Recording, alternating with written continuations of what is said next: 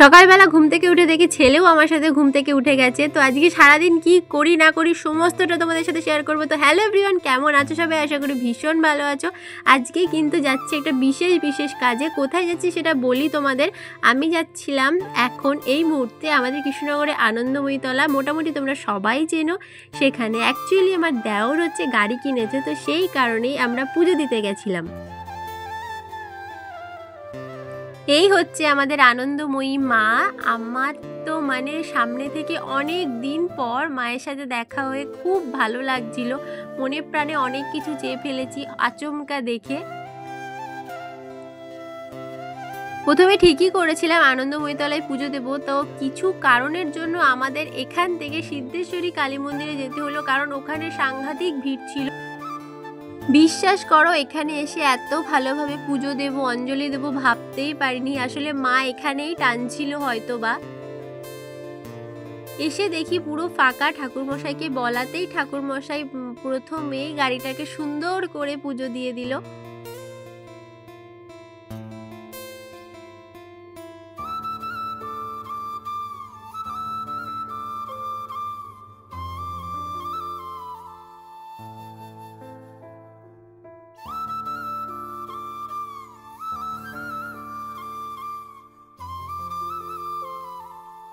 খুব ভালোভাবে আমাদের গাড়ির পুজোটা দেওয়া হয়েছে। এবার চলো বাড়ির দিকে যাওয়া যাক।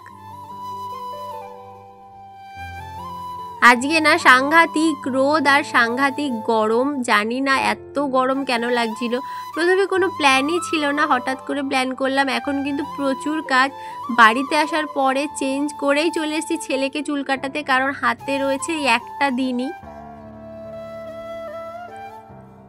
আগের বার না যখন চুল কাটাতে এসেছিলাম ও খুব কান্নাকাটি করছিল, তোমাদের দেখিয়েছি কিনা আমার মনে নেই, কিন্তু এইবার দেখো ও কিন্তু আমার কোলে খুব শান্তভাবে বসে আছে।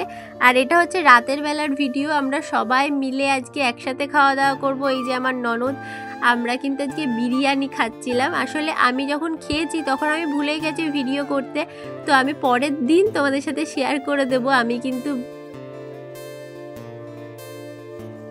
আর এখানে দেখেছো আমার ছেলে কত বড় হয়ে গেছে, ও সব কিছু একা একা করতে পারে, খাওয়া দাওয়াটাও নিজে নিজে করতে পারে।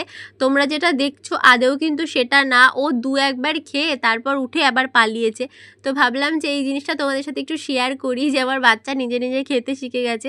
আর এখানে আমরা সবাই মিলে গল্প করছিলাম, আনন্দ করছিলাম। একটা দিন বাড়িতে থাকা মানে প্রচুর কাজ থাকে, আর সবথেকে বড় কথা খুব ভালো লাগে সবার সাথে একসাথে কাটাতে, যেহেতু সময় করতেই পারি না, বাড়িতে অর্ধেকটা সময়ই থাকা হয় না।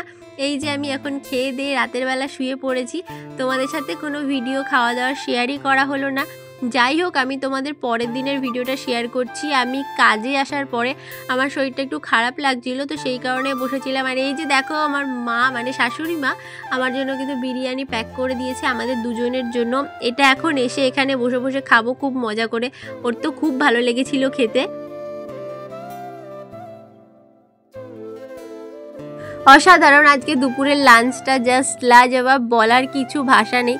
অনেক দিন পর কিন্তু তোমাদের সাথে ভিডিওটা শেয়ার করলাম। ভালো লাগলে একটা লাইক কমেন্ট শেয়ার করে দিও। আর আজকের ভিডিওটা এখানেই শেষ করছি। আমার কিন্তু বকবক শেষ হয়ে গেছে। বাই।